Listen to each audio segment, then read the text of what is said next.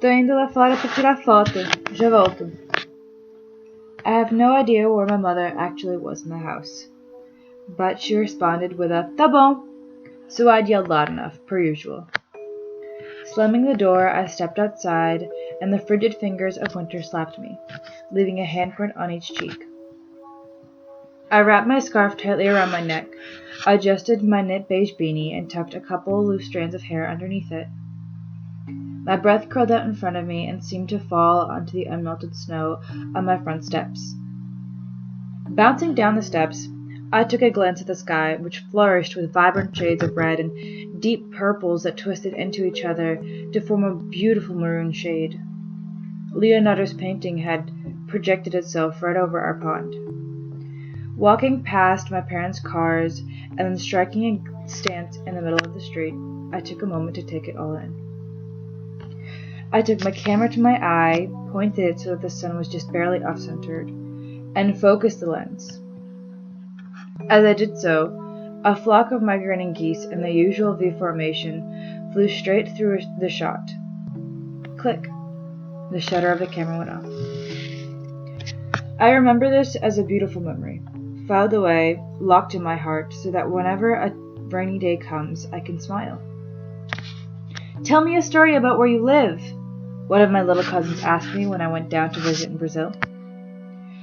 I stopped to think for a minute and told a story very similar to the one I just told.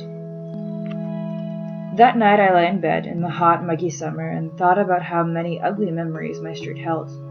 So many sad stories I could have told, so many tears that were shed. But I was just as shaped by the beauty of that street as I was by its negative aura. When given the choice to tell the story, why would I cause myself pain? But that doesn't mean I should ignore the ugly memories created there, I thought. Why were these stories written on this specific tiny dead-end street? When I was 6, almost 7, we lived in the middle of nowhere in New Hampshire, in a huge house. I went to a huge school, also in the middle of nowhere. So when I moved to my 2-story on a half-acre plot of land on a tiny dead-end street just off Mendon Road, I was shocked. I refused to believe that we would be there for more than a couple years. We usually didn't stay where we were for long. But as the years went by and I made my way through my elementary years at Garvin, it became more and more apparent that we would be staying for longer than I hoped. By the end of 5th grade, I had made peace with my smaller house and significantly smaller school. It was the most outrageous thing when I went to middle school, because it was the first time I had ever switched schools without switching states or countries as well. Soon enough, I joined the band and chorus. I was on a soccer team too, but not for my school. It was at the local Boys and Girls Club. A bunch of us went there after school, and while I knew that there was a North and South Cumberland middle school, this was the first time that I had experienced the stigma against South Cumberland specifically. A group of girls I was playing with asked me what school I went to. Proudly, I told them that I went to McCourt Middle School, with a huge smile on my face. The novelty of not switching states, but still switching schools, had yet to wear off. The corners of my mouth became less upturned as I heard the girl snicker. You mean South Scumberland Middle School? I didn't understand, and throughout my time at the Boys and Girls Club, I quickly learned that South Cumberland wasn't the best place, and no sooner did I learn this than I stopped announcing what school I went to. I became ashamed, but I had no idea why. No one ever explained to me why South Cumberland was Scumberland. Snowflakes fell. I had to brush them out of my hair. I had worked so hard to make it look nice, and I wasn't going to risk it getting messed up. We had a band concert at North Cumberland Middle School, the winter show. It was the first time I'd be going to North Cumberland. The embarrassment over being from South Cumberland had worked its way to the back of my mind. I didn't realize how based in reality the stigma really was. On the ride, I'd fallen asleep and was shocked when my mother woke me up. Chegamos, she said. The parking lot was huge. Even bigger was the school, at least 3 times bigger than mine. I walked up the steps, tall brick stairs leading to a big glass double doors, opening into a huge hallway. Wait, actually, I think I might be romanticizing just a little bit, but the picture that I remember is one taken with pink-colored glasses, and therefore that is how I will tell the story. Why isn't my school big like this one? Time sped up, back to normal. The chaos of the concert was very present. Where's the band meeting up? I asked. Someone pointed me to a room on the side with a sign reading, "Band here." Right there. Scumberland kids, they scoffed. Their band was huge. Their instruments, beautiful. Everything looked so polished. I wish our band was like this one. This was the first, but certainly not the last time that something like this would happen. I still get mad at people all the time, actually, for saying that I'm from South Scumberland. Only recently did I even find out what that means, and it was almost the polar opposite to what I thought it was. In a sense, though, I think that the way that I interpreted Scumberland shows in itself that there definitely was a stigma around where I live. I often say that I have a photographic memory, which to a point I do. However, I think it's just an easier way of explaining how I remember things, because I quite literally remember things in pictures. Every scene is remembered in perfect detail. People's birthmarks, the way their hands moved, where they were sitting, exactly how far away from my desk they were. Except words. They're sometimes scrambled and mirrored and upside down, but they're definitely still there. I found that my memory, while sometimes scrambled, mirrored, and upside down, is still very sharp. And even more so, it's not that far off in the way that the world's history is remembered. Our history has perfectly painted portraits with intense detail that is always the first thing that comes to mind. But pieces have been overlooked. They are scrambled by bias, mirrored through all the other things going on, and flipped upside down as if to shake out the truth as much as we possibly can, and then cover it up with the lies that we make ourselves feel better about the horrific things that our houses are built upon. The history of this very state was almost intentionally ignored, for example, during the slave trade, because everyone wanted to focus on how terrible the South was during that time, and so we glossed over the things going up the North. But the problem is that Rhode Island was huge on slave trading, one of the biggest importers, exporters, and inland traders at the time. But I only learned this 4 months ago. So why is our history scrambled and upside down and mirrored? Maybe it's just because it's easier to turn away from the terrible things than to face them, because they're over now. They don't affect us anymore. This year, I came to a point where I got intensely frustrated with my school. And I didn't think the classes were good enough for me. I thought that the curriculum was terrible. Everything simply wasn't enough. And so I began to research other schools to go to. I spoke to my parents and asked them to switch schools. I was so frustrated, and I shared this frustration so fully that my mother and father went so far as to look at new houses to move to. I was sure that I was moving. But then things started looking more and more bleak as I saw the prices of houses and living in areas skyrocket with the quality of schools. I realized then that I couldn't get a better education because we simply couldn't afford to move to somewhere that has a better school. Wait, hold on. Let me say this again. I couldn't get a high-quality education because it has become too expensive, and this isn't some Ivy League college. This is high school. So then I started to think even more. I live in Cumberland. CHS, the public school I would be at if not for this school, is, below my standards, but it's not the worst. There are kids that can do nothing about getting a better education because they live in places that, like them, cannot afford to get the best quality materials, teachers, programs, and opportunities. Why should education be based in money? What's even crazier is the fact that if you look into the areas that have lesser education programs, they're mostly Black, Hispanic, Latino, Asian, etc. Whereas if you look at the higher end schools, they're almost entirely rich white areas. So like I said, our history is scrambled, mirrored, and upside down. One of our biggest problems, barely even a century ago, was the fact that people were being denied housing based on their race. People were being tricked out of money. They were being separated in red, green, and yellow zones. Obviously, green was the best, while red was the worst. And what racial group was targeted and thrown into the worst red areas? The most oppressed racial group at the time. People of color. Black.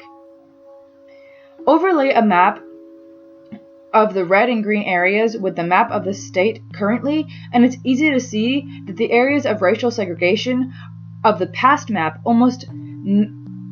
map almost exactly onto the areas of lesser quality education.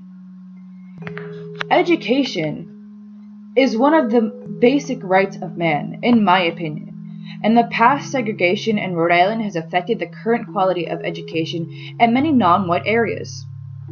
Throughout this piece, I'm going to talk to you about how this has affected me and the entire state of Rhode Island, as well as brainstorm some possible solutions as to how we can make Rhode Island educationally fair and intentionally diverse.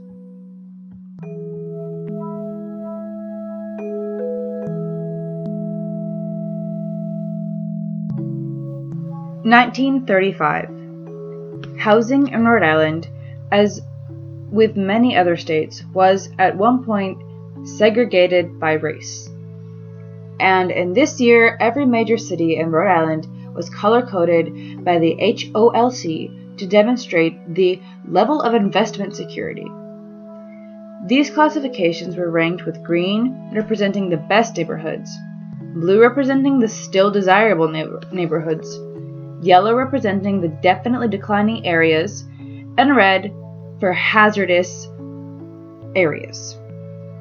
These neighborhoods were often primarily populated with black people. There were certainly no, or very few, moral objections coming from the white population.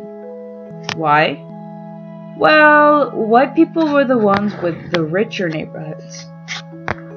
The justification was that people of color, as data has shown in the past, has less of a stable or dependable financial availability. However, this data, as Ta-Nehisi Coates mentioned in his piece, The Case for Reparations, people of color were being cheated out of their money. They were talked into loaning a house far above their price range, and after they could no longer pay because they were talked into or tricked into an unfair situation with housing payments, they were forced to leave.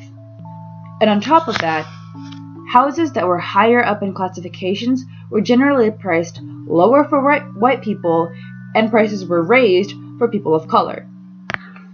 So, right now, living areas are being separated into colors, red being the worst. And to make it so that people of color can't live in the better neighborhoods, prices are being raised for them. Payment scams are a regular practice, and if a person of color does live into a mostly white neighborhood, that neighborhood's ranking slowly starts going down, simply because that person happens to be black. Pretty bad, right? But let's not forget about the biggest predator: prejudice. People who are black were, and sadly still are, one of the biggest prey for prejudice. No one would pick a black person over a white person for a job, regardless of each person's resume or qualifications, especially in the past. No one wanted a black person living in their neighborhood or being around their children, and the reason was that black people aren't as good as us. Funny that this was usually the excuse, or something similar, because black people were rarely, if ever, given the opportunity to become better or even get close at that time. So the housing segregation was not alone in its prowl. It was followed by prejudice, and eventually they became racial injustice and inequality, beginning a completely new journey to ruin lives of people at the same time, at leaving a massive wound in the world for generations to come. Nowadays, there is no longer a color-coded map, but the lines that separate our towns and cities have acted as barriers of educational opportunities, but not because we have intended it to be as such, instead because the wounds of previous generations have yet to heal. They've been covered up with some gauze, maybe there's a stitch or two, but no one has given this matter the proper attention and care that it needs, and thus an infection has begun to fester, and it's up to us to cure it. Central Falls, Providence, Pawtucket. What comes to mind first? Is it the vibrant culture, fantastic history, and nothing but great things about the people that live there? These towns, while uniquely cultivated, are the 3 towns with the lowest economic status of the state. Additionally, these areas are the most racially diverse and contain 10 of the lowest rated schools in the state, with the exception of the DCYF education program in Cranston. But this scale is much too large to look at. So let's zoom in on Providence. Why Providence? Well, the number 5 school in the state and the 51st out of 51 are both in Providence. Even more surprising, these schools, they're less than 2 miles apart. So, of course, when I read this, I asked myself, why? Or even, how is this possible? Well, let's take a look at a map of Providence when it was segregated. There isn't a whole lot of red on it, but there isn't a whole lot of green either. What's the connection? Is there one to begin with? Well, as it turns out, there is a direct correlation between the location of these schools and each one of their rankings. Classical High School, the number 5 high school in Rhode Island out of 51 according to Rhode Island Kids Count, is located in what used to be the blue area. Meanwhile, W.B. Cooley and Academy International, the 51st school according to the same site, is located in what used to be the yellow area. The classifications don't seem that drastic to the point where these schools should be on such polar ends of the spectrum. However, as it remains, they are, and this is likely due to changing environments and the aftermath of these separations. Furthermore, the Providence area is one of the most highly populated areas in Rhode Island, and also happens to be the primary breeding ground of poverty in the state. So, not only is the educational opportunity going down because of past internal segregation in Providence, but economic barriers produced by past segregational experiences have added additional barriers to the path of education for people in these areas, specifically people of mixed races and lower incomes. Through doing all this research, I found that it's incredibly difficult to separate economic segregation and racial factors along with segregation of the past, because everything is a result of one another and intertwined, which explains why we've tried to cover it up and ignore it for so long as a society. It's simply too deep of a wound, too ugly of a scar, and too complicated of a recovery for anyone to want to resolve this problem that has been pieced together throughout centuries of ignorance and naivety. But neglecting a wound doesn't make it go away. Taking ibuprofen for it makes the pain go away for a period of time, but after some time the effects wear off, and the wound doesn't heal correctly. It may develop internal damage or infections, leading to a number of further complications that could have just been avoided if you'd simply given that wound some care to begin with. We have to be the people that stop slapping a bandage on that slit that clearly needs stitches.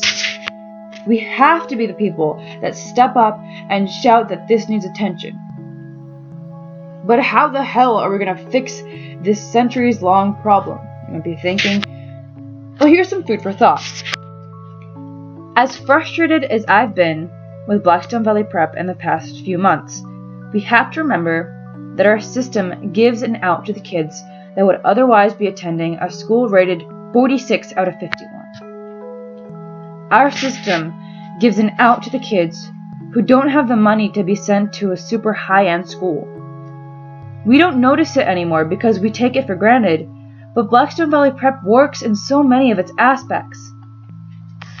And it's not because we have awesome kids. It really isn't, because yes, we work our asses off, and yes, we've beat the odds, and yes, it's our test scores that are being measured year after year. But we have something that I never ever saw in any of my other schools that I've been to. We have community. We have teachers that care. They work their asses off for us, not for themselves. What happens in a school that has poor facilities is that the teachers have stopped caring.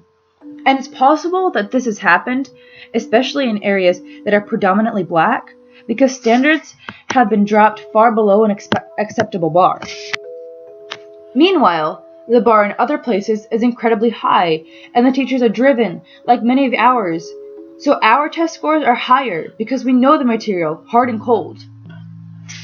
Because of this, there are kids who are integrated with kids from different areas, and we build on each other, creating our own vibrant culture within our school. So, what if we did the same thing throughout Rhode Island? We wouldn't call them charter schools, but instead certain districts would be grouped with each other, with shared budgets so that as one rose, it helped the other rise as well. Not only would this break educational barriers, but if we integrated our districts, then I wouldn't have a friend afraid to tell me that they live in Central Falls because they're embarrassed. We would begin to destroy the lines put in place from the previous generations and mend the mistakes they made, one at a time. If you think about it, it's not too much of a stretch from what's been laid out in the past. People of color were integrated into white neighborhoods, and while it did cause a significant amount of disruption, it also broke a lot of boundaries put in place because of prejudice. Imagine if we could have teenagers who live in the poorest part of Rhode Island, sharing the same high-quality education as someone who would be going to the best and most expensive school in the state. Education, as I said before, is a right of birth, in my opinion. If one person is unable to achieve the highest possible level of education because of events that took place decades upon decades ago, and we have done nothing to remedy it, that is morally incorrect and unlawful. Maybe there is something else to be done, something less or more extreme than what I have proposed. But as a generation, we must, with regards for our children and grandchildren, do something so that our truth is crystal clear and remembered exactly as it is. We must do something so that our wound is cured and the infection that has begun to fester is cured and put to rest. If we work together, without any barriers from the past, even if it's just in Rhode Island, at first, we could very well become one of the most progressive generations, and all it takes is a little tender love and care.